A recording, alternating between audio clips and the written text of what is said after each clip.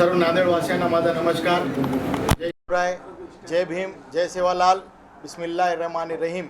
अल्हम्दुलिल्लाहि रब्बिल आलमीन. इय्याका नअबुदु इय्याका नस्तईन. इन्ना फताना फतहुन मुबीन. अल्लाहुम्मा सल्लि अला सय्यदना शफीअना मोहम्मद व बारिक सलीम.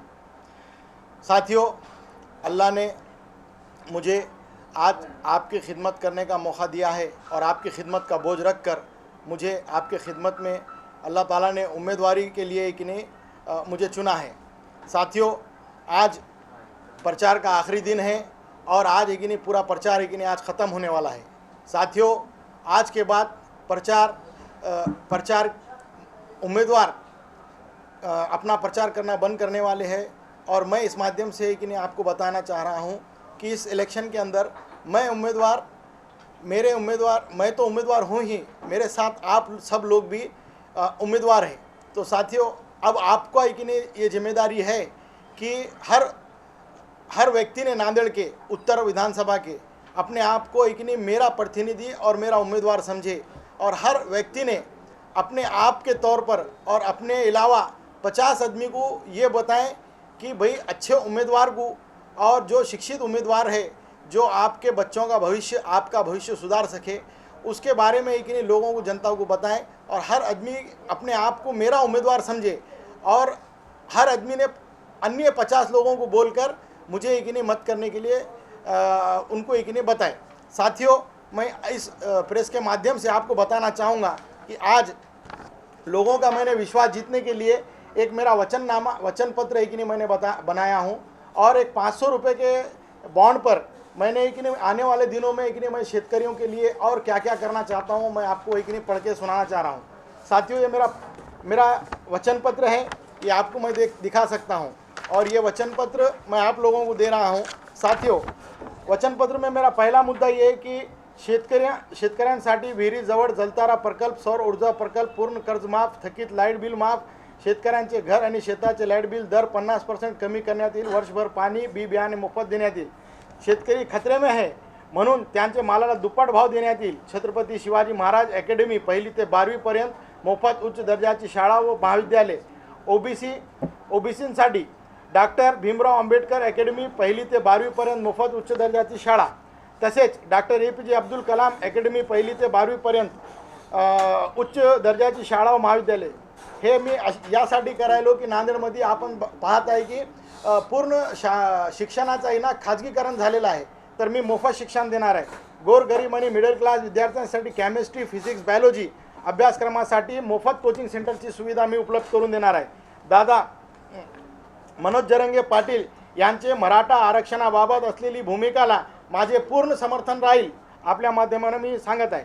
चंद्रशेखर आझाद सांसद सदस्य नगीना यांच्या बहुजन हित भूमिकेला माझे पूर्ण समर्थन राहील.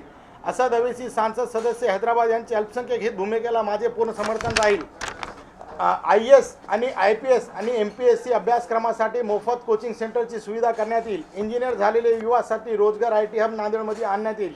नांदेड युवा रोजगारासाठी बंद पडलेली MIDC पुन्हा चालू करण्यात येईल. शिवाजीनगर येथील नयाबादी वस्तीला शासन मान्यता देण्यात येईल. नांदेड महानगरपालिकामध्ये प्रलंबित जितके की गुंठेवारीचे फाईल आहे ते पूर्ण शासन मान्यता देण्यात येईल. नवीन वस्ती जे स्पेशल जे मुस्लिम समाजाचे एरियामध्ये झालेले आहे मधील त्या प्लॉटधारकांना गुंठेवारी शासन मान्यता देण्यात येईल. तसेच हजरत टिपू सुलतान यांच्या नावाने राज्यस्तरीय लायब्ररी, मोफत रुग्णालय, सैनिक व पोलीस भरती प्रशिक्षण अकॅडमी चालू करण्यात येईल. 18 पगड जातीचे मंदिर, दर्गा यांचे स्थळ विकासासाठी शासनाकडून अधिक निधी उपलब्ध करून देण्यात येईल. गोरगरीब, कष्टकरी आणि मिडल क्लास व्यवसायासाठी विना व्याज कर्ज उपलब्ध करून देण्यात येईल. मोठे व्यापारी, बिल्डर्स, डेव्हलपर आणि नवीन येणारे व्यापाऱ्यांसाठी नांदेडचे वातावरण स्वच्छ करून देणार हे मी वचन देतो. नांदेडची गुन्हेगारी शून्य करण्यात येईल. प्रत्येक महिलांसाठी हाताला काम देण्यात येईल. नांदेड इथून मुंबई, पुणे, हैदराबाद साफसुथरे रेल्वे. तसेच मुख्य म्हणजे यात महत्त्वाचा, मी निवडून आल्यानंतर शासनाकडून मिळणारे मानधनवर माझा अधिकार राहील आणि निवडणूक आयोगाकडे दिलेले माझे शपथपत्र मधील संपत्तीमध्ये पुढील 5 वर्षात कोणतेही बदल होणार नाही हे मी वचननामा आहे ना पूर्ण नांदेडची उत्तर विधानसभा मतदारसंघातील जे नागरिक आहेत त्यांना देत आहो. साथियों, आज आप देख रहे हैं कि भाई अलग अलग है कि नहीं पार्टी के लोग अलग अलग है कि नहीं अपने अपने वादे कर रहे हैं, मगर किसी को भी ये हिम्मत नहीं है कि कोई चीज़ है कि नहीं पब्लिक को है कि नहीं ऐसा वचन पत्र दे सके। मैंने 70 साल पिछले जो है कि नहीं निवडणूक हुए वाले आज तक कोई उम्मीदवार ने ऐसे 500 के बॉन्ड पे नहीं दिया। पहली बार पूरे भारत की हिस्ट्री में पहली बार मैं बॉन्ड लिख कर दे रहा हूँ। साथियों, मैं ईमानदार हूँ इसलिए मैं बॉन्ड लिख के दे रहा हूँ। साथियों, जैसे आप और दूसरा भी देख रहे हैं कि आज है कि नहीं आप देख रहे हैं कि महाविकास आघाड़ी और महायुति के भी उम्मीदवार है कि नहीं नांदेड़ में खड़े वाले। साथियों, एक तरफ है ना महायुति के जो उम्मीदवार है बालाजी कल्याणकर, उन्होंने है ना उनका एक नहीं एक परिपत्रक उनका एक नहीं एक जाहिरनामा निकाले है। वो जाहिरनामा आप लोगों तक अगर देखेंगे तो सिर्फ उसमें रस्तों का विकास है। रस्तों के विकास सिर्फ ये आमदार का काम नहीं है, शासन की जो निधि रहती है हर काम के लिए रहती है। शिक्षण के लिए क्या करे तुमने, ये मेरा उनको सवाल है। बच्चों के रोजगार के लिए क्या करे, मेरा उनको सवाल है। वैसे ही दूसरा अगर दूसरी तरफ देखा जाए तो एक नहीं महाविकास आघाड़ी के एक नहीं संगीता पाटिल डक, ये है कि नहीं खड़े वाले। तो मेरा उनको भी सवाल है कि गणेश नगर में जब उन नगर सेवक थे तो गणेश नगर का विकास क्या हुआ। आज भी गणेश नगर की अगर गली गली और रोड देखेंगे तो एक भी गली और रोड है कि नहीं बरोबर विकसित नहीं है। पूरे लोगों को घरकुल की योजना नहीं मिली किसी को भी, वहाँ के गरीब और कष्टकरी लोगों को। इसके बाद महाविकास आघाड़ी में अधिकृत और अनधिकृत के ऊपर है ना वाद चल रहा। तीसरे जो महाविकास आघाड़ी के और उम्मीदवार खड़े वाले हैं वो अब्दुल सत्तार खड़े वाले। अब्दुल सत्तार के आप लोगों को सबको वादे मालूम है। कभी बोलते कि वो मैं खुद नगर को सिंगापुर बनाऊंगा, कभी वो कि नहीं अपने आप को कि नहीं पहले शुरू हुई कि नहीं पहले तो कि नहीं प्रचार कर रहे थे टोपी पहन के, और अब है ना उनकी टोपी भी उतर गई। तो आप ये कुर्सी के लिए इंसान कितना नीचे गिर सकता है ये आप सब लोगों को मालूम है।